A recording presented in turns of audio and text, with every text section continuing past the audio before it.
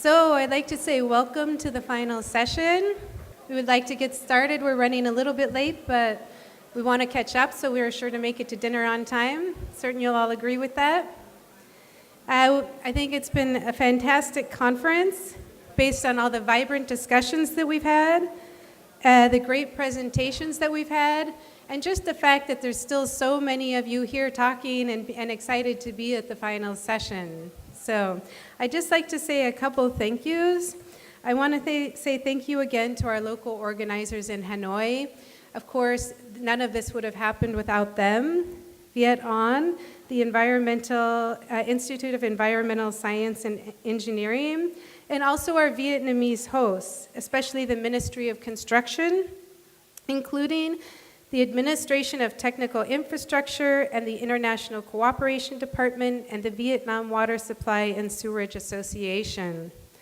Aside from that, I just want to say thank you to everyone else. I'm not going to take the time to mention anyone else specifically, but a conference of this scale is an enormous undertaking. It's impossible to acknowledge everyone, but without all of us, every single one of us that's in this room right now, everyone working behind the scenes, all of us working collectively, volunteering, and attending to make it possible. So I'd just like to say thank you to everybody.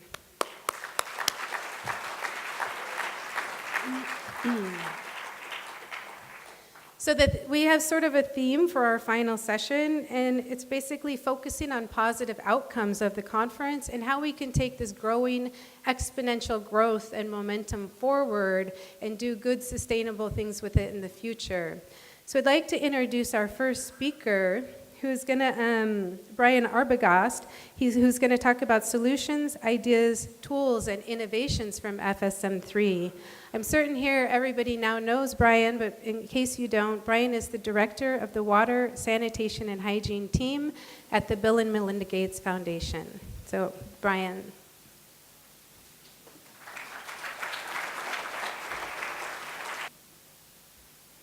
Thanks so much, Linda, and welcome and good afternoon, everyone. You know, when you get asked to do a presentation at 4 o'clock on the third day of a very dense conference like this, it's not something you necessarily look forward to. But the amount of energy in the room and out there and the conversations that are happening, I find truly remarkable and inspiring. And in fact, one of the themes of my talk, and I think probably of the panel that follows, is the fact that a huge part of the value of this convening, of this conference, are all of those conversations. It's so easy, we're all in our own silos. We focus on different things over the course of a normal week, but it's the conversations that we have together, and it's the linkages that we make between the things that we do that I think has the tremendous opportunity to be transformative. And so, in fact, that's my talk, and if my slides could come up, that would be helpful. What I'm going to talk about today is a little bit about transformation, and what does it really take to drive transformation in the sanitation space. Now, those of you that work in the United States, if you'd been home on Monday, it would have been Martin Luther King Day. And Martin Luther King, of course, is a very famous American who is known for a very famous speech where he said, "I have a dream." And it was incredible. And so when I ran this past one of my teammates, and they said, "You know, Brian, is this your I have a dream speech?" And I said, "Well, it's not really quite that inspirational, but I hope that it does give you a sense of our view of what is possible and the transformation that all of us can drive together." So what does transformation look like? Well, really, it's pretty straightforward. You know, it takes a long time to have a big impact. At the beginning, it doesn't seem like you're making much progress. It's a lot of work. It takes a lot of work. And then you start getting a little momentum, and your wins start kind of playing off each other, and you get what we have here, which is an exponential curve, and your impact starts taking off. So those of you remember Linda's opening comments about FSM3 and where we are right now. Well, you know, we got a very interesting thing going on here. This is on the left side, this is the number of people that are showing up to the FSM conference. And you see, you know, starts off very slow. It's growing, 320 people at FSM2, 750 at FSM3. I think you thought that, you know, 1,900 at FSM4, 5,000 at FSM5. That sounds to me like that might be on an exponential curve. But to go back to, like, in general, how does transformation happen? You know, what factors contribute to this kind of take-up of anything, of an idea, of a technology, of a product, of a service? You know, does impact on people's health have an impact? Is that a factor? How about convenience? And I'd say that those are, you know, sometimes factors. How about economics? Cheaper. Always. Economics are the most reliable factor in driving transformation. If you can make something that was too expensive before, all of a sudden within reach of purchasers, whoever they may be, that can transform a system. But what about aspiration? Now, those of us, you know, there are many people in this room, I'm sure, that have learned and then possibly relearned and then perhaps relearned again that it's so easy to say that the solutions for the poorest somehow don't have to be as good as the solutions for the richest, and that there's not the same aspect of aspiration. But I would bet most of us in this room know that aspiration is a huge driver of behavior. It's a huge driver of how households, even the poorest households, spend their money. Aspiration is what government officials, elected officials, get elected on. So aspiration is incredibly important. So, what might be our aspiration for non-sewered sanitation? One thing we need to realize is that today in sanitation there really only is one gold standard. It's the flush toilet connected to a sewer line, connected to a sewage treatment plant. And in fact, that's something that we battle with every day. And in fact, George Michael, in an earlier conversation this week, talked about is FSM, you know, a step towards, so many people he talks to of his clients say they think of FSM as a step towards eventual sewers, and everybody will have sewers. And Flush It Forget is incredibly appealing. So what I want to say is that we really do collectively need to build another gold standard.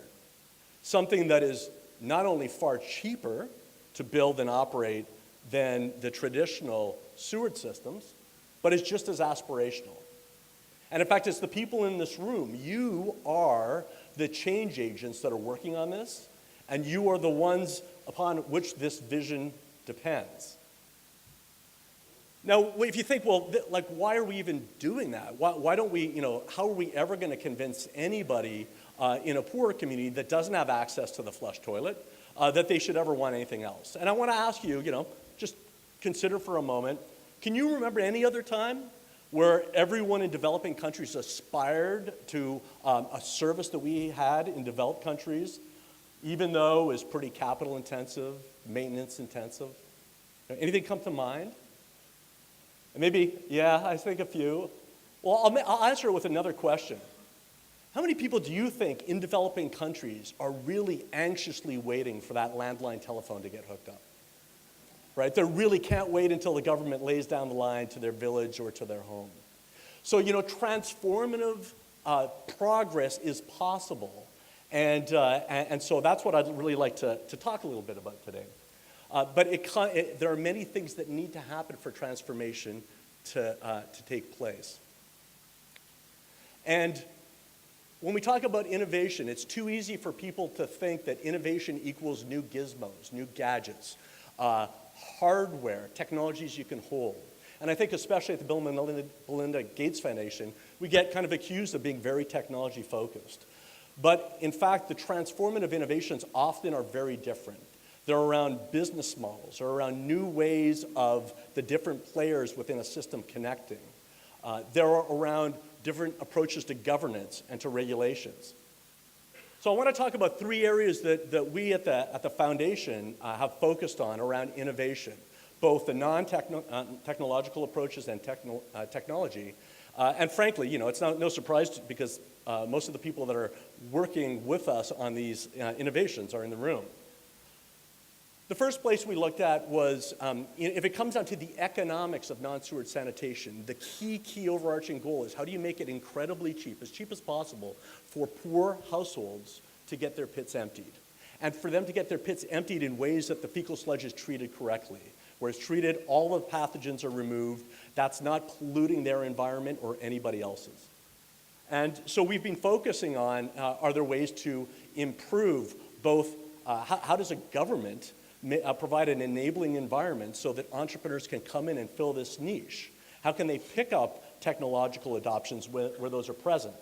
But when you look at what drives the economics of pit emptying, one of the first things you find is the biggest driver in cost, the biggest thing that if you could fix it, you would help households have to pay much less for their pit emptying, and that is how long it takes the emptier to take their truck to the fecal sludge treatment plant. So if you could figure out a way to get fecal sludge treatment plants that were closer to where the sludge is, that would dramatically change the system, the economic system. The other thing that would be remarkable is if you could figure out some way to actually, every time you emptied a pit, maybe separate the liquids out and only take the solids on that trip. Both of those would dramatically change the economics of the situation, and poor households would benefit. So that kind of leads into the next area of innovation, and that is what can we do to make treatment plants contribute to a system that's a lot cheaper, that again leads to households paying far less to hygienically get their fecal sludge taken care of. And here I would say two things need to happen. One thing that I already mentioned, those treatment sites can't be miles and miles and miles outside of town. They need to be closer to town. Well, how's that ever going to work? What that means is they need to be much smaller in size, so they don't take up as much land, because the closer to where people are living, the more expensive and the harder it is to actually get land. But they also can't be loud, and they can't smell. They need to be something that would be fine being next to where people are living. So that's a pretty tall order, but it's not unachievable. So imagine if you had treatment plants that could be situated way closer, reduce the trips, and reduce the cost. Now, the other thing that could reduce cost is imagine if those treatment plants were generating something of value. So they had some output that could then be sold, and that economic grease could let them charge less for the trucks that are dropping off their waste, who can then charge less for the household. So those are the two kind of dynamics there from a technology standpoint. But from a non-technological standpoint, there's a huge change that needs to happen. You need to have governments, aware of this and willing to be participants and to be helpful in ensuring that treatment plants are getting sited closer, ensure that those plants have the financing that they need. You know, in our dream, an entrepreneur would be able to buy a piece of property, put down the cement pad, install the equipment, have a place where the trucks offload their waste that doesn't smell, and they'd be in business. And then they still, they need help from the government. They also need financing. And then the third area for possible transformation is imagine if you had a toilet that didn't generate sludge. How many people heard Jay Bhagwan in the first day when he was giving one, right at the end when Linda, of the first session, when Linda said, who can provide some ahas? And Jay stood up and he said, I think we should be thinking about toilets that don't create sludge. Put up your hand if at first you didn't know what he was talking about. So even I, at first, didn't really know what he meant. And I'm like, oh, this is what he's talking about, the thing that we call the reinvented toilet. A toilet that can actually treat all the waste on site without it having to be taken anywhere else. So that's another approach. And it's maybe a little bit further out, but we're making compelling progress. Many people in this room are making remarkable progress at building such a toilet. So, but there's lots of other things that are going to have to come into play. Those toilets will need to get certified. You'll need to know that if you buy one of these, it is actually killing the pathogens. So certification and regulation and government involvement and financing all play as important a role in this kind of transformation as well. So now I want to talk you through a little bit about what transformation might look like if you just looked at a city. And I'm going to start with a slide, the shift flow diagram that probably everybody in this room is familiar with, just to kind of set the context. And then we'll walk through a series of slides that just show a fictional city going through a transformation from very poor fecal sludge management to complete coverage. So this, as you've probably seen, actual city data was from Dhaka, Bangladesh. Great work by Isabel, Peter, Barbara, and other folks who contributed to this at WSP. And it shows a city where only 1% are open defecating. That, of course, is polluting the environment. But 79% are using on-site facilities, and there's no treatment of the waste. So the bulk of that basically gets manually emptied and dumped nearby, or it gets, there's just an overflow from the septic tank the effluent, completely untreated, pathogen-rich, goes right into the road or the lane or the drain where their kids play, where the animals run, and everybody still has to face the health hazards of fecal contamination. In some cases, they're actually getting mechanically emptied, but there's no place to dump it. It gets dumped in the environment, maybe a little further from home. And then the amazing part of the story is even though 20% is starting with what is seen to be the gold standard, the flush toilet, of that 45%, so 9% of the total, never makes it to the treatment plant. Another 45% makes it to the treatment plant but doesn't get treated, so it goes into the waters. And only 10% of that, 2% overall, is getting actually treated. So now, let's imagine for a second, imagine that this is a city that conforms to what we just saw. And I'll kind of point out what's going on here. So in this area, this is the central business district. And of course, as is typical, if there's a sewer system, the central business district buildings are connected to that. We've maybe got some neighborhoods there who have flush toilets connected to the sewer line. In this area, this is all on-site sanitation. And as you saw from the previous slide, none of this waste is being treated today in year zero. Now, the interesting thing is this really isn't the reality of the situation, because this makes it look, as we go through the years, you'll see blue means the waste is getting treated, brown means it's not getting treated. So here, the problem is that these people all think their waste is getting treated, and at least they don't have to deal with it, and it's not in their neighborhood anymore. But the reality, this is really what it's looking like. Only 10% of that is getting treated. So this is the starting point. You basically have polluted waterways, only 2% of all waste getting treated. So year zero, something amazing happens, and it probably took a long time to get to. It might have taken 3 years, it might have taken 5 years, it might have taken 15 years, but year zero is when the city says, wow, we need to do something about this. So you have some activation level of political will to start to engage in this problem. And of course, that takes a lot of work from people in this room and all of our colleagues back home. But it also takes, basically every time somebody starts this, it gets easier for the next one to start. And I'll get back to that in a sec. But imagine year zero, so it's now year one. Okay, I'm gonna continue, and then you'll catch up and you'll see the actual images. So in year one, 2 things happen. The city has a nascent fecal sludge management plan, and they cite their first fecal sludge treatment plant. It's off the map, as it typically is. It's outside of town, because it's a traditional fecal sludge treatment plant. But you now have the possibility, like a pit emptier can actually go and empty somebody's pit and do the right thing. Take it to a treatment plant where it's treated, where the pathogens are removed. And so you get the first houses on this side of the river turning blue. In the next year, you actually have the city saying that it's time for us to try one of these new approaches to a treatment plant that can be closer to where people live. So that shows up, and that treatment plant actually changes the economics of pit emptying for everybody near that treatment plant. So now truck emptiers can pick up the sludge. They have a very quick trip to the treatment plant. And perhaps that treatment plant is also making money on the byproducts. To the degree that's possible, more and more households now all of a sudden are able to switch from manual emptying to mechanical emptying. And not only mechanically emptying, not mechanically emptying that's getting dumped in a field, mechanically emptying that is then getting taken to a site for treatment. So that's somewhat transformational, because as soon as that first treatment plant happens, if a year later, if it's not smelling, if it's actually operating, oh, it's this. Okay. And here we are. We're already making progress. Okay, now all of my last clicks are going through. Okay, so here's where we might be at year 4, where you basically have right here that first treatment plant that's in town, and you now have kind of more trucks operating and actually taking the waste to be treated. So, of course, if this is working, then it's very much in the city's interest to do more of it, to basically drive something that's working.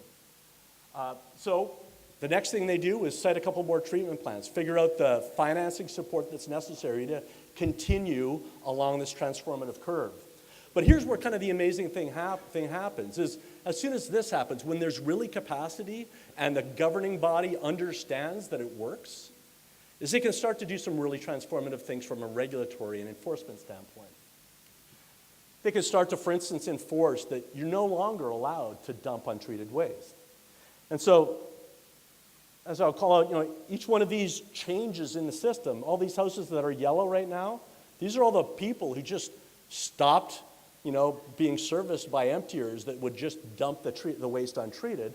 They're now being serviced by emptiers that are actually taking the waste and getting treated. That's more households, more fecal sludge getting treated. The next thing they might do is they might say, we can now say that all those folks that basically have been leveraging manual emptying, that's also illegal, and we're going to enforce it because there are real alternatives. And in fact, as we see in some places, there may even be a program that takes all that informal activity and helps that get formalized as legitimate emptiers. And then finally, all those septic tanks that are overflowing with completely untreated effluent can also be addressed, again, through regulatory enforcement. So once you have systems that are working, governments have the opportunity, and this doesn't mean, as it might today, that the costs of that households are dramatically going up.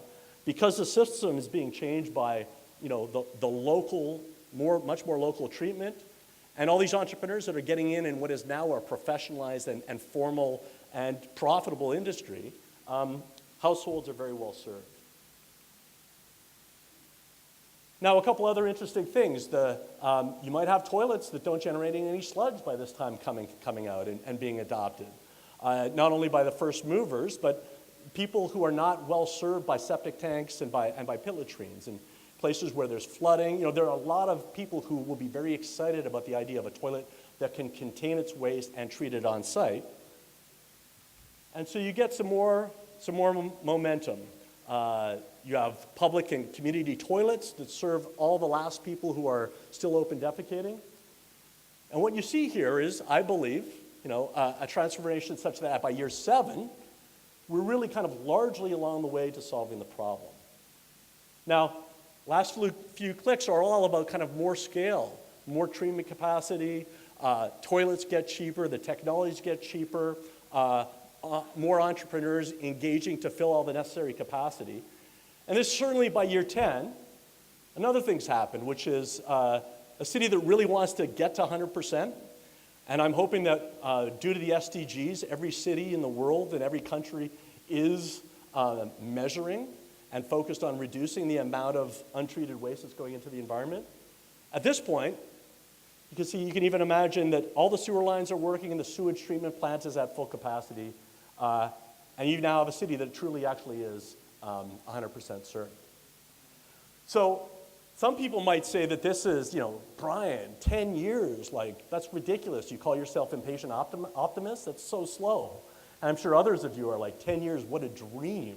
What is Brian smoking? It's actually going to take 20 years. But that's not the point. The point is that it's possible, and this interplay between new options that from a technology standpoint enable new options from a regulatory standpoint, and that everything that anybody's doing to help FSM get a little bit more viable and to help more success stories out there contributes to this momentum. So, my last slide. What was really necessary for such a transformation? Well, obviously it started with political will. You need the interest from the countries, the states, the cities. Now, a fascinating thing about this conference, if you think what was the difference between 120 or 320 people and now 750 plus? We have a lot of people from government. We have an amazing host in Vietnam that is doing remarkable things. They are investing in fecal sludge management at a very impressive level.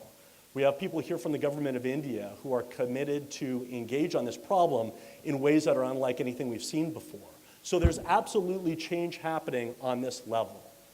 But a key observation I wanted to make is for that to continue and for that to accelerate, citizen demand is essential. So there's a huge component around behavior change and communication to get people to understand that there are options, that other places this is starting to work, and to demand it of their own governments. And then if there's one takeaway that I have from this conference and that I want all of you to take away is that success breeds success. It's very hard for, we were meeting with people from ADB. So another remarkable thing, I think that there are perhaps as many as 60 people from the Asian Development Bank participating in FSM3. And when I asked them last night how many people would have been participating in FSM2, they said 0. And why is that? Because they've basically galvanized and activated around this opportunity, which is that they can more effectively serve their clients if they really better understand what their options are around fecal sludge management. And the thing that's going to make it easier for the 3rd and 4th and 5th ADB project officer to convey the value of fecal sludge management will be the successes of the 1st and 2nd. Some of the things I've been most excited by, I learned in talking to Joe from Blantyre, from the waste group, about some of the amazing things happening in Blantyre. That I wasn't familiar with their successes there. Those successes can be replayed. They can turn into a case study that should be able to make the next city government a little bit more likely to invest. Similarly, the very exciting things we hear about Dakar and Mbai's great presentation earlier this year. So all of you are participating you're investing in making fecal sludge management work better, and you have your successes. And so one of the things I think we need to do is to figure out how to share those successes better and capitalize on them. And I think that started on Monday. It's not going to end, and that's what I really look forward to us talking about. How do we make sure that that continues and that we build on each other? Obviously, you need successful planning, and it's particularly hard if you look at so few cities in many regions do this already. We suffer from a serious lack of human capacity. So that's a key challenge. We need to be investing in training. We need to figure out the experts and figure out how to get those experts to scale up that expertise. And there I believe that tools are key. And so we're increasingly focused on tools that help different roles, whether it's the financial planner for the city, whether it's the person responsible for the implementation, whoever it is, take a look at what can I do to actually diagnose my current situation? What can I do to model out the different interventions that I could engage in and what impact they might have? And then how do I implement it? So I think a huge opportunity for tools. And one of the best things that's happening is the tool builders. Many of you were already building tools. The interactions and the convergence and the integration that's happening is fantastic, incredibly exciting. Obviously, you need to have feedback loops that refine the plans. The folks in the military have this saying that says that no plan survives the first encounter with the enemy. And I bet that's true of fecal sludge management. In other words, the plan in year 0 might have been great.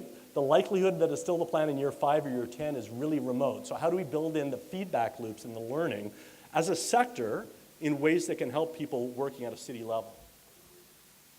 Obviously, you need access to innovations. And as I've said, these are new approaches, business models that are working in one city. What does it take to replicate them in another? If a call-in center really helps change the economics for a poor household in Dakar, how could one replicate that in all the ecosystem around it? What are the public-private partnerships structures that really work and lead to high-quality service delivery? Obviously, new technology options make new approaches possible. And then, of course, we need new financing options. So that's my call to action, frankly, is that most of you are engaged in some aspect of this challenge. And to the degree that we're siloed, we need to stop being siloed. To the degree that you've got things to share, you need to share them. And we and folks on my team are very much invested in helping you share your successes and your best practices. So if you talk to nobody else, talk to us. What role will you play? What role will you take away from this conference to ensure that you're learning from success stories and contributing to them? And that's all I have. I look forward to a good panel.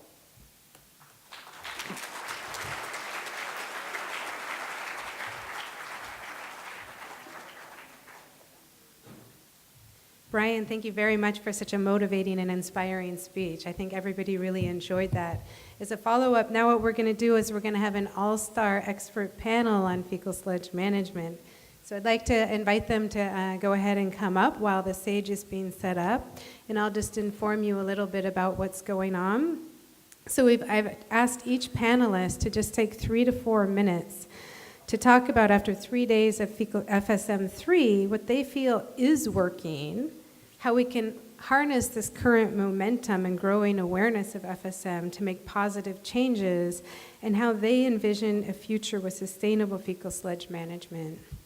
I've also picked on a few young professionals and students in the audience who I'm going to call on and ask them to ask them some key messages they got out of FSM3 and are bringing forward with them, and also open the floor for a few questions from you. So if we could go ahead and bring the panel up, then I'll introduce them. So Isabel Blackett is from the Water and Sanitation Program of the World Bank, and she's going to comment specifically on policy, funding, and enabling environment issues.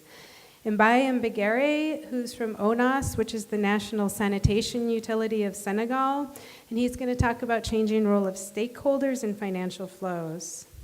Tamarat Kudetep, who from the Asian Institute of Technology in Thailand, who's going to focus on treatment technology. Olafunke Kofi, from the International Water Management Institute in Ghana, from Resource Recovery, and also Brian Arbogast from the Bill and Melinda Gates Foundation. We would like to invite him back up as well. Okay, so thank you very much for volunteering.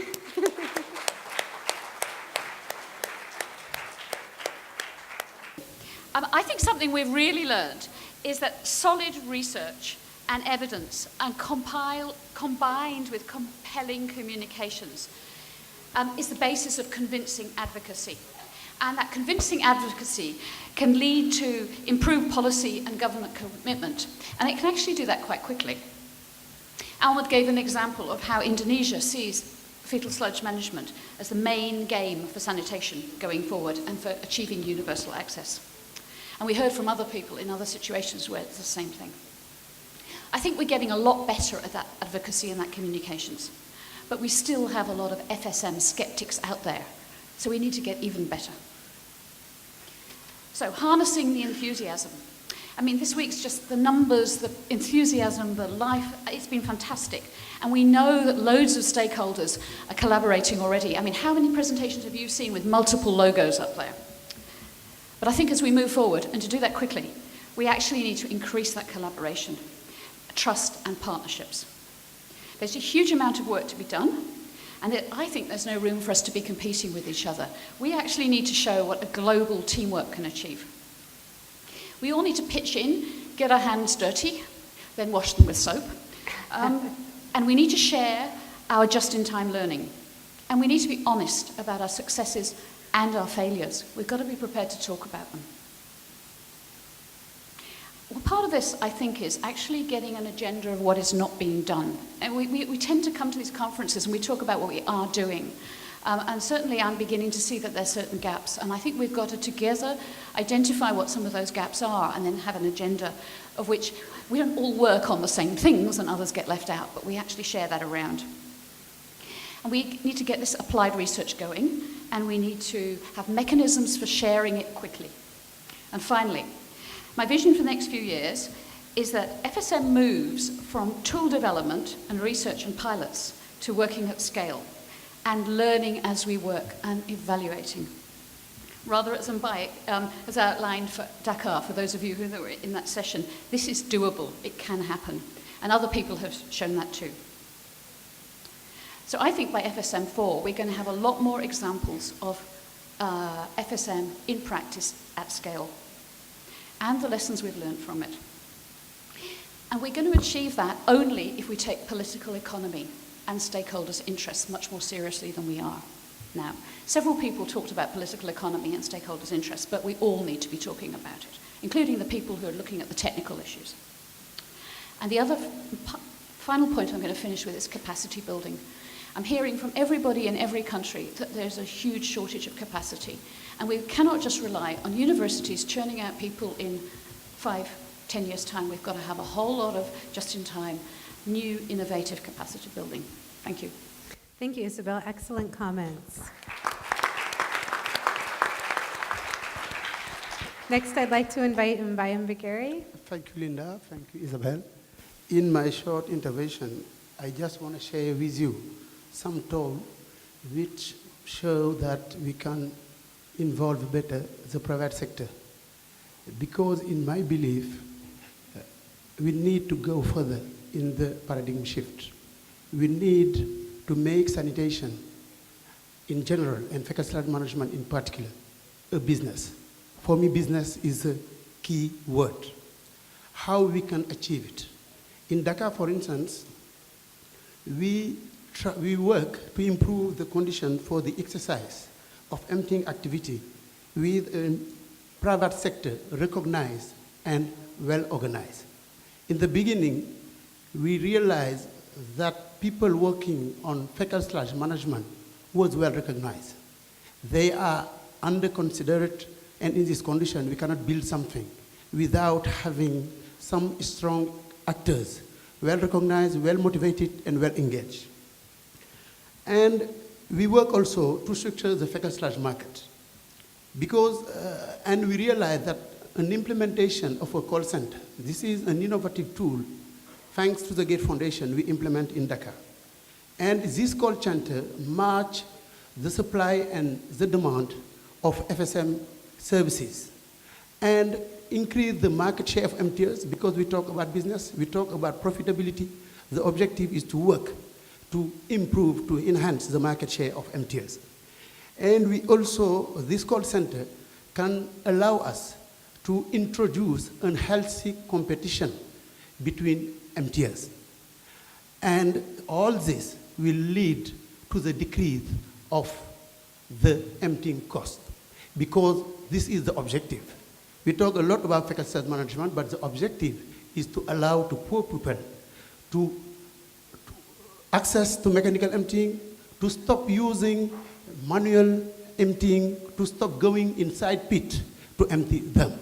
This is why it is very important to work on that. And two seemingly contradictory objectives have been achieved in Dhaka. That is, first, to increase the profitability of MTS. This is a good deal, and also to lower the cost. How we can balance that? But in Dhaka, we arrive with the call center by putting in competition these actors to decrease the cost of these mechanical emptying. What is the role of the government? It is very important. The public sector will give the opportunity to the private sector to do what it can do the best in the fecal value chain. For me, operation system and optimized system is a role that the private sector can do better than the government. It is why we have to involve them in this perspective. And in Dhaka, the government decided to privatize all the existing. In the beginning, we face several difficulties to balance the cost of this plant. They are not profitable. This is a little bit amazing to operate them. And when we privatize, we realize that we enhance and we improve the profitability of the technical operation of this plant, but also we make them profitable. My utility every month get cash from this fecal treatment plant. This is something very important. And the government will, however, strongly ensure its regulatory role for sustainable operation of the system through continuous monitoring in order to guarantee equity among MTS. And all this scheme cannot be set up without a clear legislative and institutional organization. Many utilities come to Senegal and visit us and say, we have to implement the call center. We have to implement a guarantee fund. We have to do that. But we have to know that before, there's a strong job to conduct in order to organize all this sector. Right now, every knowledge has been gathered in several countries. This is why, through this FSM3 conference, we need to develop a strong benchmarking policy in order to learn each other, in order to achieve a better fecal management system worldwide. Thank you for your kind attention. Thank you. Next we'll ask Tamarat to address specifically technology and the role of technology. Okay, thank you very much, Linda. I think I don't have much thing to say about the technology because Brian talked a lot on that already about innovations. What does it mean? The transformation of the technologies. I have been involved in this fee cost sludge management in the research, in the technology development in the past 20 years at least, together with the SANDEC team. I found out that this conference would be one of the best conferences that we talk deeply about that what are the technology that can solve the problem. Instead of that, we develop the technology for the sake of that publication. I feel that in many of the scientific conference or the session or the workshop, just aim at that we would need to have the publications. We have the sophisticated modeling whatsoever, but here, I'm very happy, I'm very encouraging to see that our research, our paper talk about the technology for the development for the people who are waiting for the system. I think that I'm very happy to brief about that, to be brief about that, the emptying technology. It doesn't mean only the vacuum trucks that we used to have in the past. There are so many variety of that. But my concern is that after having the very good technologies from the emptying to the transportation, what should be better if we can treat in the same time in the truck, in the emptying facilities, and then we can reduce the cost for the transportation. So that I think it would be the room that we can improve in the futures. I'm sure that the treatment, the reuse, we talked a lot for today for to transfer the waste to the energy, to the transfer the waste to the compost and many other factors on the health assessment context on that. So that I think the room that I can challenge to you that if possible, why don't we treat the sludge in a way which that the people can reuse on site, doesn't need to retreat or to transfer to the other site, so that we can reduce the cost. As Bai said, that would be good if we can find the profitable business services for the people. Then they will have an encouraging to invest more or to get the better service, not just only emptying and discharge somewhere else, but emptying with the treatment. So that I think that would be the new ideas that we should work together, and then with the business model, with the planning, then it doesn't mean that, okay, we pinpoint that this is a treatment plan, and then we have to travel again that 20 kilometers, 30 kilometers away just for dispose, for treatment.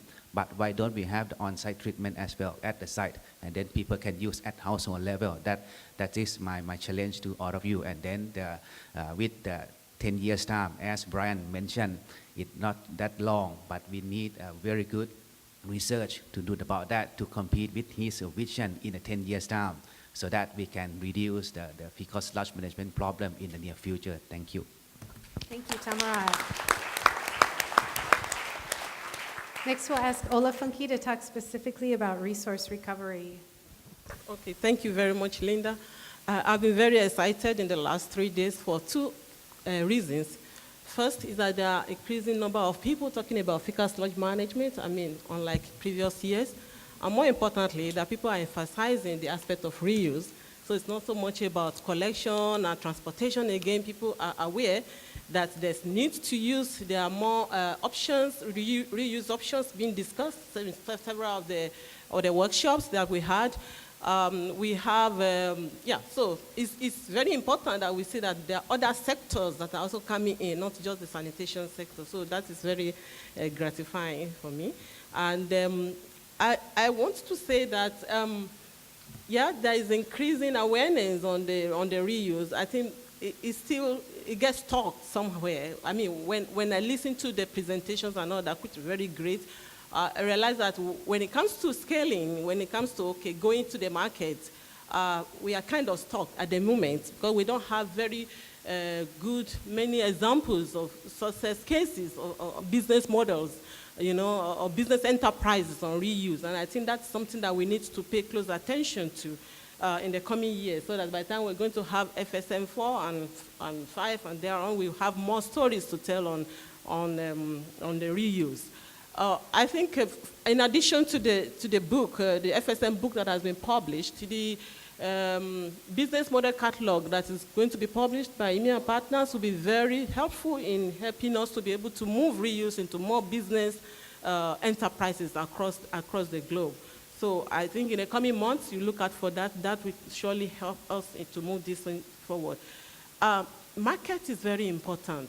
As I mentioned in one of the sessions that we had last, market is the missing link when it comes to reuse now. We need to be able to say which reuse option is feasible where. So it's not so much about, okay, we focus on this energy or focus on agri or whatever, but across the globe, in the South, we need to be able to say that this particular, to map reuse options to particular local context, and this is where the political economy comes in, this is where different actors need to be characterized to know what exactly do they need from their perspectives and factor that into our scenario planning. And what do they need? In what form do they need it? And how much do they need? In what quantity? How much are they going to pay for it and all that, and all those questions? I think we really need to go deeper into that. There are a few cases on pilots here and there, but I think we need to do more in that direction in the coming years. In doing that, we need to think beyond sanitation. We need to open up, even meetings like this to other sectors, in the energy sector, agriculture sector, to the private sector. These are investors that are going to really, take it to business. I want to say, Brian, that the transformation we're talking about will not be complete without the reuse component. We really need to focus on the reuse and think about closing the loop, not just wasting these resources. So we should pay more emphasis on that. When we bring people together, there's a lot to benefit from economies of scope, and we have different perspectives. And when we think that we're going to generate funds, it doesn't necessarily not be the place we're going to generate the funds. So we need to learn from past failures. It's not so much to focus on just the donors or the public sector, but the private sector too can really drive some of these reuse options. So we need to open up and engage them more. That is all for me from now. Thank you. Thank you. So you already heard some of Brian's thoughts in his presentation. Do you have any more burning issues you want to bring up now, or should I? Sorry, there we go. What I was going to say is when it comes to, it's not just political will, institutional clarity is incredibly important, that there are clear roles and responsibilities. And so if you look at the great advances that are happening in Dakar that Mbaye has spoken about, it starts with the fact that there's ONAS, there's a single utility that's focused, very clearly accountable for driving sanitation practices. And then the next innovation that came along was an institutional innovation and a business model innovation. The whole call center, there's a little bit of technology in the form of software, but 90% of that is just envisioning a different business model for how the citizens of Dakar can actually get their emptying services. And that innovative approach is what led to the drop in prices and a much higher service quality. And then finally, the next innovation was really around what ONAS did from a different approach to a public-private partnership. And the handoff of the operations of the fecal sludge treatment plant has led to the treatment plants are open twice as many hours, and the whole system is working again with better economics for everyone. So all that happened, and now when we look at our first Janicki Omni processor, the device that Bill Gates drank the water out of, when we look at where should we put that in the field to first be tested, of course we're sending it to Dakar because everything else is set. And so it's a great example of how all of that kind of environmental, enabling environment was set up first, that now we think that's as good a place as any for us to see how can the technology start to add to the system. Brian.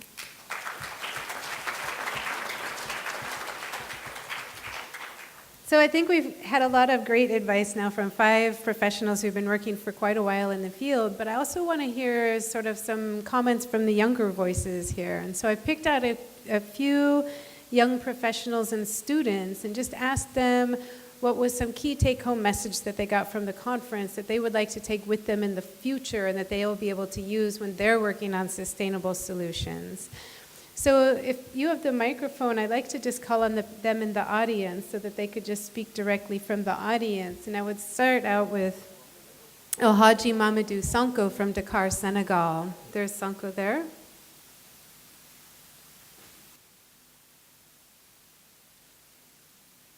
there. Good evening, everybody. My name is Elhaj Mamadou Sonko from the University of Dakar. I want to say that it's a good pleasure for me to stand in this audience to share with you my feelings about the FSM3 conference.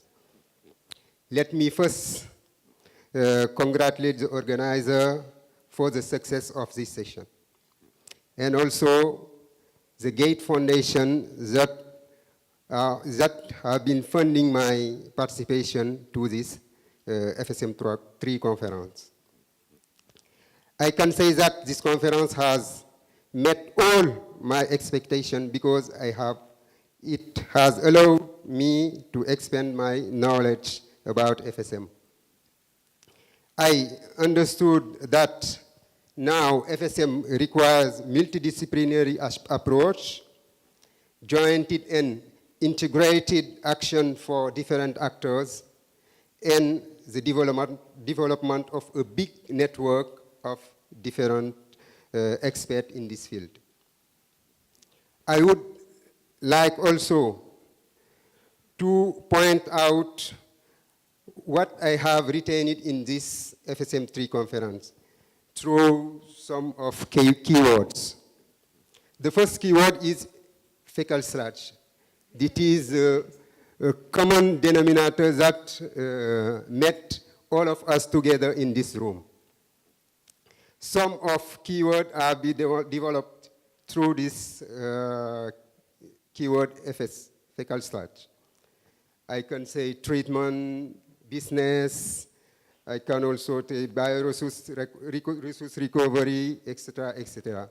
These keywords show that the main importance of the fecal sludge management now is to make fecal sludge a profitable business.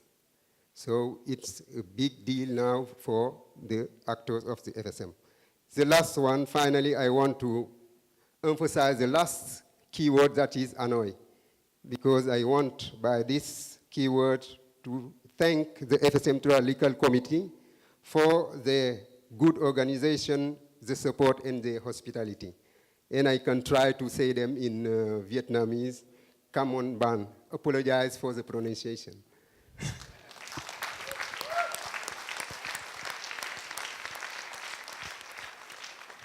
Thank you very much, Sanko. You have no idea how happy your comments make me. Next, I would like to call on Fatmani Chisangkam from SNV in Laos. She's right back there in the back middle. If you could bring her the microphone, please. My name is Petmani Chirsankam. I'm a water, sanitation, and hygiene advisor for SNV Netherlands Development Organization in Laos. So I'm very appreciated to join. This is my first time of joining the conference of FSM.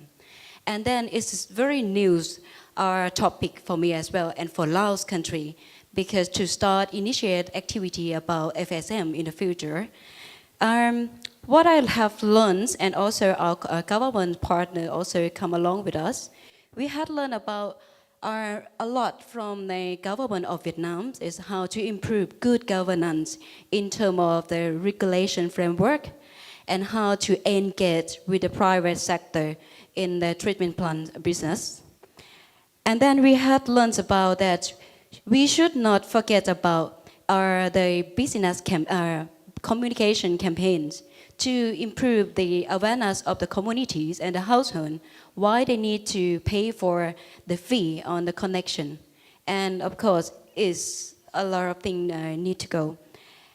And what we also learned about that a lot of technologies and how to reuse a fecal sludge in terms of the how to use it as a fertilizer, also charcoals for fuels. And but we still had a few questions to remind ourselves as well and other people that when we are reuse the sludge, we're not sure that it's safe enough for agriculture or vegetables. Because in our country, we eat vegetable directly. So we're not sure that it's safe enough to use as a fertilizer. And the second question, we also still have keep in mind about health impact, because we've seen a lot of presentation that the empty pitter still not safe enough during they empty the pit, because they don't put the mask, they are not wear the gloves. We also concerning about the health whenever they are empty the pit. So I would say that in coming years, of course, SNV Lao and the partner, we're going to do something to pilot the activity with the private sector that we learned from Vietnam. And also we need to thinking about how to do assessment on the health impact and in agriculture as well. Thank you very much. Yep.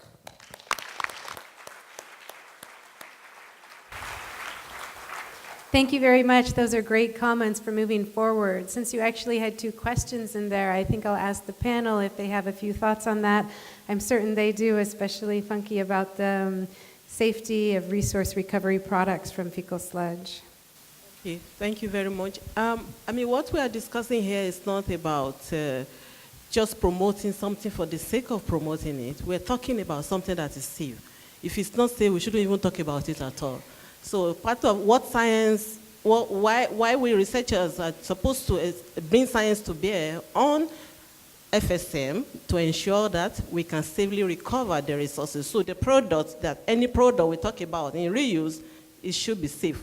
That is non-negotiable. So we don't talk about scaling or use without safety. Safety following WHO guidelines, safety following local guidelines as much as possible. So there are established procedures to ensure safety, so you can check on that. And when I talked about scaling and markets, I'm talking about reuse options that have been established. I mean, we still need research to optimize processes for several reuse options. We can create more. I mean, there's no end to that. We can innovate more. But there are some that are already established when it comes to organic matter, nutrients, energy recovery. All those ones are already fairly established and ready to go to scale. And that is why I said that we need to really understand the demand out there to be able to do that. So in terms of safety, there are established procedures to ensure safety, so I don't think it's a problem. I agree with her. Thank you. I actually have a lot of opinions, but I'll keep them to myself. But maybe we could talk even more about that at dinner. I'd like to also call on a student from South Africa, William Musazura. He's right there in the back. If you could give him the microphone. Okay, thank you very much, ladies and gentlemen. I would like to start by conveying my sincere gratitude to all the stakeholders and organizations for their splendid contribution in ensuring to making this congregation a success.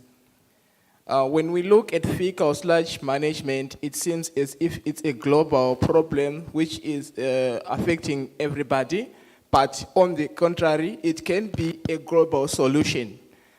When we look at other main factors which are affecting the world, factors such as the population increasing, the demographic trends, where there are high rates of population, especially in the developing countries, where the cities are generating a lot of fecal sludge. How are we going to manage that fecal sludge? So there are many problems that they are being faced. They are dependent on the areas where people come from. For example, from another presentation I attended, they were talking about the factors such as water scarcity can also affect the feasibility of other waterborne sanitation solutions, why people they are now opting for other non-waterborne sanitation solutions, such as the VIP toilets. The management of the sludge is now a major focus for everyone, especially when you are looking on an environmental perspective. But also, I've seen some other innovations that has come up in place, such as the reuse of the fecal sludge in the production of biofuels. And I've seen another presentation where they were talking about the production of charcoal in Uganda. This also is another thing which we've got a promising future when we are looking at factors, environmental factors which are now we are crying with factors such as global warming and also energy crisis. When we reuse the sheet, it's like we are now trying to reduce the use of trees for energy sources. In an indirect way, we are conserving the environment, and also we are also solving another problem which we are having, especially the use of non-renewable resources, which are likely to deplete over a long period of time. And also, overall, there is a lot of information all over the world whenever it comes to the issue of sanitation. But now there is a big need to integrate all the information around the world in coming up with the one way forward towards making making sanitation achievable. And also, I've looked from different presentations. I've seen that the major backlog in the technology transfer is especially the people lack knowledge on these sanitations. We got the knowledge within us as scientists, as stakeholders, and now how can we transfer the knowledge to the people who need the technology? That is the major focus which should be looked into. And also, when I look at this figure of sludge management, to me, it seems as if it's a way forward to food security, global energy crisis. Thank you.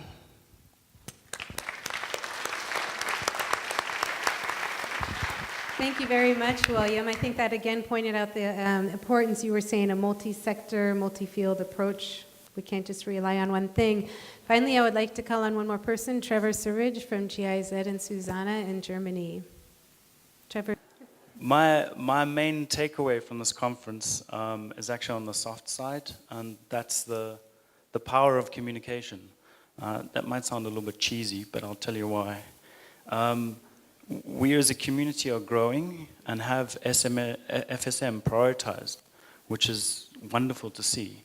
And it is also great how many complementary projects and work is currently going on and has been discussed here.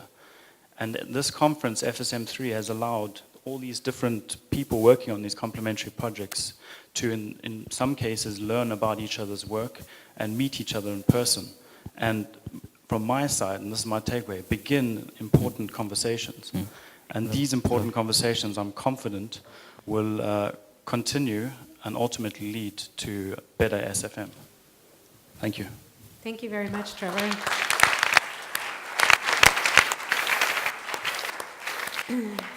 You can excuse yourself now. I think we can't stress the importance of communication. That's definitely a good point. I'm going to call on one more person just because I think they have a very interesting comment, what they were taking away. I'd like to call on Andy Narrowcut from What's Up and hear what he got out of one of the sessions. He's right here in the middle front, if you could bring in the mic. Thank you. Hello? Hello. Yes, thank you. Thanks for the opportunity to comment. So yeah, I was in yesterday in one of the sessions, the odor session, and I just thought, it really hit me that odor, no, it's okay, it's working. Is it working? Thank you. So odor is one of the critical factors that raises demand and increases the willingness to pay for sanitation. It was a bit of a revelation. And this plays to your point, Brian, about aspiration. No one wants to pay for or buy a smelly toilet, right? So, and by odor or malodor, I mean, anything that creates or inhibits malodor, and that can be from, physical barriers. It can be with fragrance. It's cutting in and out. Lots of things around malodor. And 2 reasons for that. Does anyone want to replace this microphone, or am I just going to keep cutting in and out?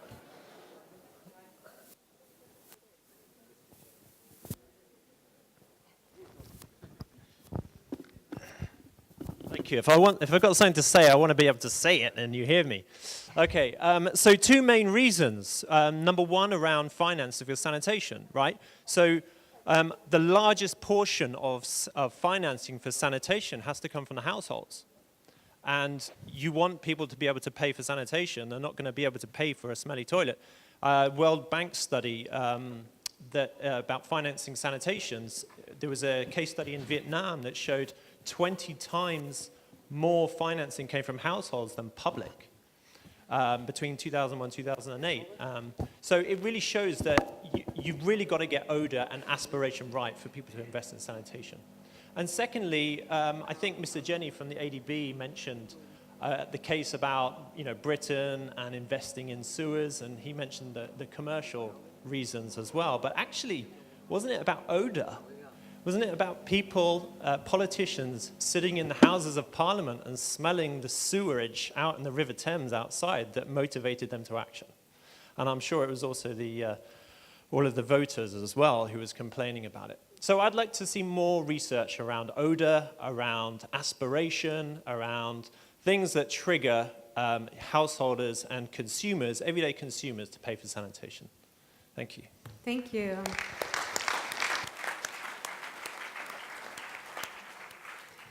So unfortunately, we have pretty limited time. So what I'm going to do is I'm going to go ahead and pose 1 question to the panel, and then I'll take a couple more from you, and then we'll have to wrap it up there. But we have the rest of the night to talk over dinner. So my question to the panel is just a bit difficult and a bit open-ended, because there's so much talk now about markets, private sector, but in the end, sanitation is a public good. So what is the role of public sector? And cities, I mean, we heard this, I think, was it Isabel that mentioned it in her presentation, that a lot of cities won't go for FSM as their main goal because we don't have successful examples to hold up yet. And then Brian mentioned an excellent case of Dakar where there is political will and institutional capacity. So my question is, how do we get this? And I just wanted to hear a little bit from each of you on what your thought is, or some thoughts.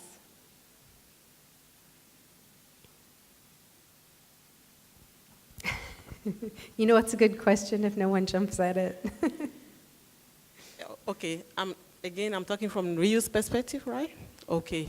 How do we get the public support? Like I mentioned when I was speaking that it's important to think about other sectors. So from a reuse perspective is to know which public, first of all, what kind of the public organizations or sectors that actually has a stake in this reuse, for example. Let me give you an example. In sub-Saharan Africa, when we talk about fertilizer use for agriculture, there's a gap. The average use is about 9 kilograms per hectare. The world average is about over 90 kilograms per hectare. So there's no access, it's expensive and all that. In many farm areas, people already, there's demand, for alternatives, okay? So for all you know, it could be that beyond sanitation, beyond the Ministry of Local Government that is responsible for sanitation and all that, maybe Ministry of Agriculture that is interested in taking the resources that is in fecal sludge and converting it to agriculture and wanted to promote it. So, and energy is also there and all that. And women affairs, Ministry of Women Affairs to look at women participation, which is something that I find missing also in many of the presentations, the gender perspectives of this, of some of the innovations that we're talking about. So I would say is to be able to identify the stake of different public entities and to be able to use that as an entry point in talking with them to be able to get their support, particularly in the area that is of concern to them. I mean, to some extent, in some pilots, we see this happening, And I mean, this kind of engagement has to take place. And then we'll see how we can learn from places where it has been successful. And then we'll see how we can replicate such in other places. So, multi-sectoral approach. Usually our planning systems, particularly in developing countries, is such that it's not integrated. So we need to be able to integrate, our planning process. That in FSM, think about other sectors that have a stake, get their buy-in, and use that to get their support also in. And they can contribute in different ways. If I give an example in terms of reuse, the public sector can contribute treatment facilities, land, for construction of plants. We had that example in Ghana. And they can contribute to collection. They can support the access to the waste itself. They can support, even with cash, they can support in different ways. Yeah, but it all depends on the local context and to know what is feasible and what is the best entry point. Thank you. Thank you. For me, as from the point of the treatment technologies, I think instead of thinking that we should treat the fecal sludge for the public as a service, but why don't we think in a way which that the people would like to use the technologies and they would like to buy the technology by themselves? Similar to that, the public phone in the past, we have the long queue to get the public phone, to call to my mom, to call to your mom, whatsoever. But nowadays, the technology, we should think carefully to in a way, to let the people would like to use, willing to use, and would like to buy as well. I think that would be the key points, that we cannot just wait the foundation, the development banks, and CSR fund to provide all the service to the people. I don't think that that would be enough to reach to the 2.6 or many more people, billion in our globe. Wait for that, the technologies. I think that the technology, in my views, that it should drive by the investor, by the factory, by the manufacturer, that try to reduce the cost. As a researcher, I got the criteria from the foundation. Hey, you should as low as possible the cost. But as a prototype, it may not be possible. But in a commercial scale, in a mass scale, it may be. So that if we can link the treatment technologies with the manufacturer in the mass production, I think it would be the way which we can ensure the people would like to use at the low cost. And in addition to that, our technology would have should have a kind of aspirations in a way that they're willing to use with their beautification and pride to have that the toilets pride to have that the fecal sludge treatment, like Professor Hoffman mentioned about that. His technology is nice, but he has to integrate with the designer to encourage the people to use such a technology, even if a bit more expensive. But they would like to use, they're willing to use. I think that can help our fecal sludge management can be at speed to cover the needs for the people who have no fecal sludge treatment or management system. That's my view. Thank you. Thank you, Tamarat. How to get this? Yeah. How we arrive to a better fecal sludge management system? For me, on the basis, the political will is something very important. We have to work to make politicians prioritizing fecal sludge management. We need also to sensitize people in order to put sanitation in the top list of their need. People want to have a good TV, a good LED TV, a good phone, a good cell phone, than a good latrine. It is why pushing people to prioritize sanitation, to put it in their top list, is something very important. By doing this, the politician will change their way of thinking, because they need in the election to get the voice of these people. And if sanitation are in their top list, for sure, they will take it into consideration. Something is very important is also capacity building. We don't have enough curricula in our university talking about fecal sludge.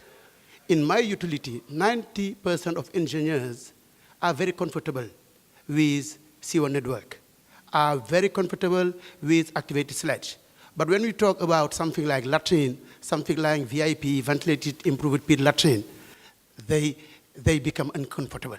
In this condition, pushing these people to conduct and develop politics on fecal sludge will be difficult. It is why we have to think how at our university we can improve the curricula and take a big part, consider for fecal sludge. We have also to focus on innovation. And I talk with researchers. We talk a lot about sanitation, but innovation, like Gates Foundation is doing, is very important. Because in my belief, business is very important. When Gates Foundation tried to implement in Dhaka an OP, an omniprocessor, which can produce electricity, which can produce drinking water, which can produce ash for fertilizers, for sure, you can change the face of fecal sludge if you have several engines like this. Because it is not the government who work to implement them. As a private, I will buy them because I know beyond I can have cash. This is why it is important to think about innovative and to focus on business. Thank you. This is my belief.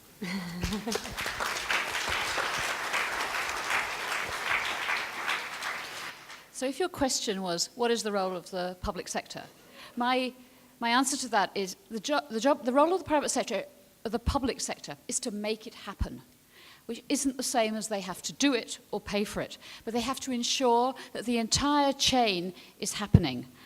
And they have to, I mean, this can involve a lot of things. It can involve ensuring that the conditions are not hospitable, they're conducive for the private sector to be active, encouraging the private sector. But they also need to keep an eye on the private sector and monitor them, because we've many examples of the private sector doing their own thing, which is not safe or hygienic.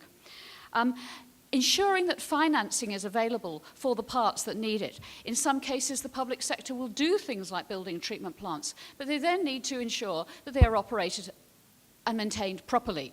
So there's, and when I'm saying this, it all sounds very simple, but it's actually just what the public sector is not doing. And that's a big step forward. And that involves the entire institutional policy, planning, and budget cycle. But the main thing for me is that they ensure that it happens. And then Brian. So I'd say just two things quickly. I think it's the public sector that needs to actually bootstrap the system. If you think of kind of my city transformation, up until the point where the first few sites are there and they're enforcing regulations that can actually make you so you can compete in the marketplace by doing the right thing and actually treating the waste. I think it's hard to imagine just the private sector bootstrapping fecal sludge management that doesn't already exist in a city. But thereafter, I think the key thing is clarity. The government has to provide clarity. So that's rules and regulations. It is that key part of the enabling environment so that the entrepreneurs and all the other actors know what to expect and can count on it. Great, thank you.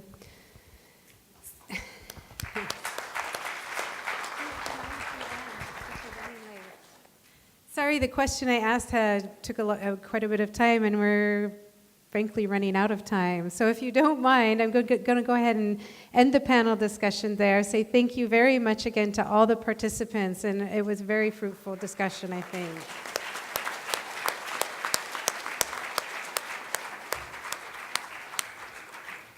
We're almost finished. We just have a few key more things that we need to discuss. And one of them that's very important is our partner Viet An Nguyen from IESE, and the session focus on Vietnam. And he's going to now come up and give us a 5 to 10 minute summary and some of the most important take-home points from this session. Viet An. Okay, ladies and gentlemen, I know for you at this moment, it's better to try Vietnamese food rather than to listen to outcomes of Vietnamese section. But anyway, we had a really good section, and at the end we have got very good advices from Isabel, from Magali, and from Dulay, and that's why now in return we would like to share with you some information about that section, and I hope this information also useful for you. We have very good audience, 120 participants, and we covered on aspects including techniques, management, technologies, and latest research results, etc. I would skip key information. I just want to say here, we have different cities trying with the fake and slash management, and different cities are trying in different ways. And because of history, because of understanding of the policymakers and the different settings up. Now I go to recommendation. We need to include fake and slash more in regional and in city planning that we know. And FSM solution should be locally appropriate. And integration with, together with wastewater and solid waste management. We cannot separate it and do it alone. And then we need comprehensive feasibility studies in each city, which aim at enable an environment, business opportunities, technical setup. And we know that sludge as a resource, but we have to find good economic tools to make it happen. And for us, local government play a very important role in fake and sludge management. So we have to engage them into the game. And there are different technical solutions, but we need suitable business model so that we could use technical solutions sustainably. And for us, for developing countries, I think we can have facilities, you can have projects in phases. In the first phase, we should train people and let the system run in a sustainable way and recover the expenditures. That's why we could start with simple technologies. And with the vision in future, we will upgrade it with more complicated technologies.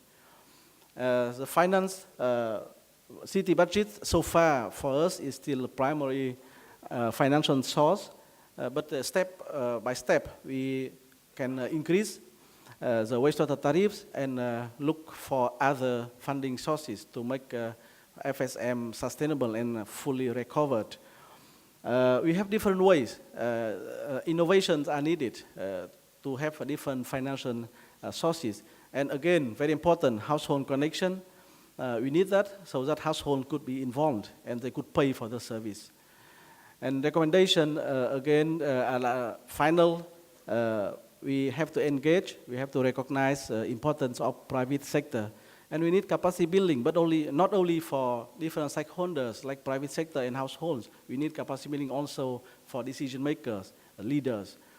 And the platform as FSM3 is really needed since we are just starting. And the pathway is still not yet clearly identified. So we are learning from each other, and let's continue to work together. Thank you very much.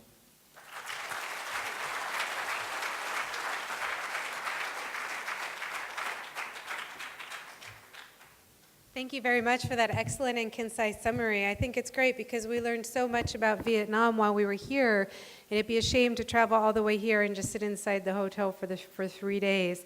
And it's also interesting because you're really facing the same challenges that we're talking about with the whole conference and that we're facing everywhere. I just wanted to make just a couple housekeeping comments. The abstracts, as we have said, are all available on the Susanna website. And eventually the presentations will also be posted there. Please be patient, it'll take a bit of time to edit them. So we'll send out an update email when that's happening. Also, if you are interested in publishing your paper in the IWA WashDev Journal, you have officially about 5 more minutes before the final deadline to get it submitted. With that, I would just like to welcome Chibe Vinstra from the Innovation of Cities, who's the conference organizer and has a few very important things to tell you about, including about how to get to dinner tonight. I have only some logistics to announce. First, conference dinner. The conference dinner will take place in Sen Restaurant. Sen means lotus in Vietnamese. It is near the West Lake, and it has a lotus garden. The first bus will leave at 6:30. We will have 5 buses leaving in front of the Melia Hotel, and these buses are leaving when they are full. The last bus will depart at 7:15, and we have then hope to have transported around 220 people. Everybody who has signed up will be allowed. We have invited all moderators during the moderator session on Sunday afternoon. I haven't had a confirmation from 18, but everybody who is a moderator is cordially invited to visit the dinner. That was about the dinner. The address, some people ask me for the address because they want to go at their own transport. It's Sen Restaurant near the West Lake. The address is 614 Lac Long Quan Street in the Tai Hoi district, Hanoi. Workshops. Tomorrow we will have 5 workshops. 1A, we have now 37 participants. 1B, 33. Workshop 2, 44. Workshop 3, 29. And workshop 4, 17. And we have still to divide 65 participants across these workshops. So the total number of people attending the workshops is around 200. Then I would like to say something about the field trips. There are around 24 people who are going for a 2-day trip to Halong Bay. The bus will leave at 6 o'clock tomorrow morning at the entrance of the Melia Hotel. Do not forget to take your passport with you. Then the field trip to Haiphong on Friday. The 2 buses for Haiphong will leave at 7 o'clock from the entrance at the Melia Hotel, and lunch is served for. And the field trip to Hanoi, the half day, starts with a lunch here at 12 o'clock.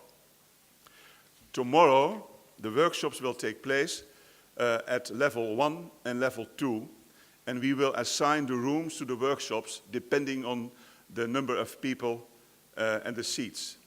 So you go tomorrow to level 1, level 2. It's well signposted, and we want to start at 9 sharp, so please be here at 8:30. Thank you very much.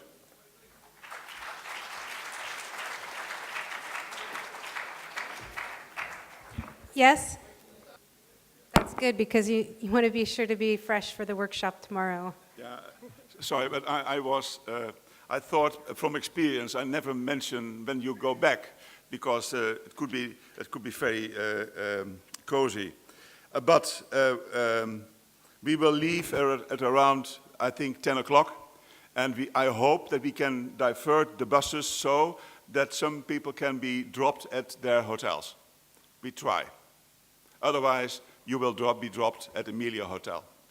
I would just like to say again one more time, thank you to Julia Ackermans and Chibe for all the organization they've done.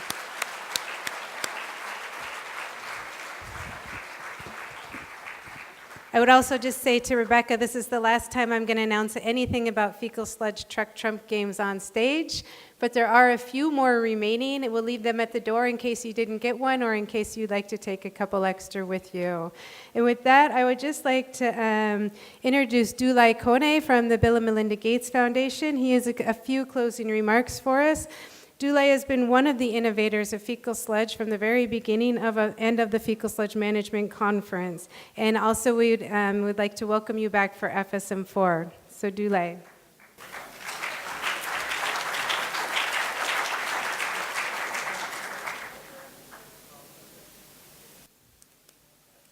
Thank you, Linda. I think from here we'll be transitioning to FSM4.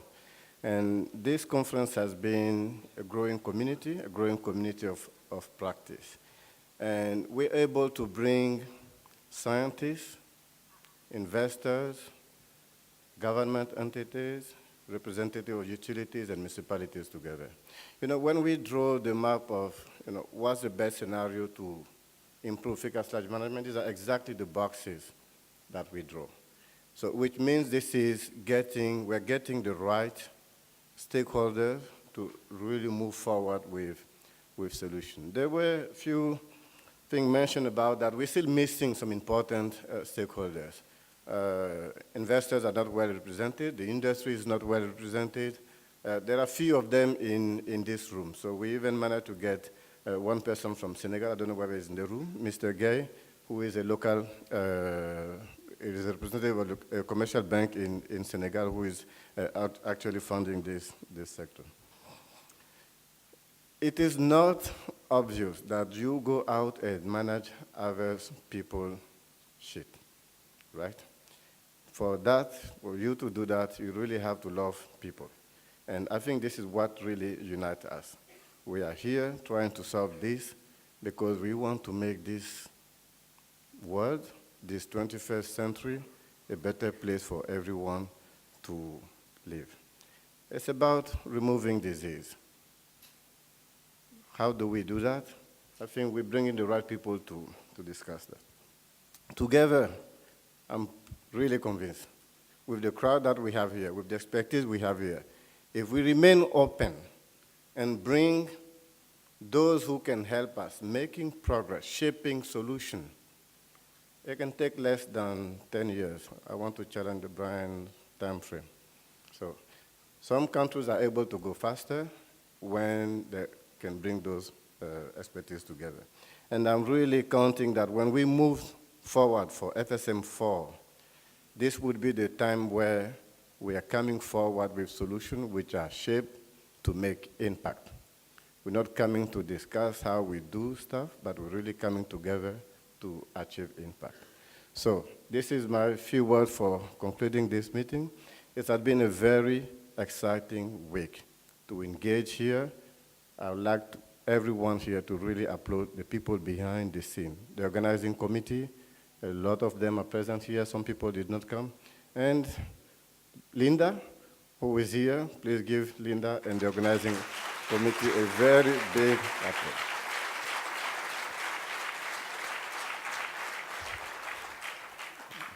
Thank you.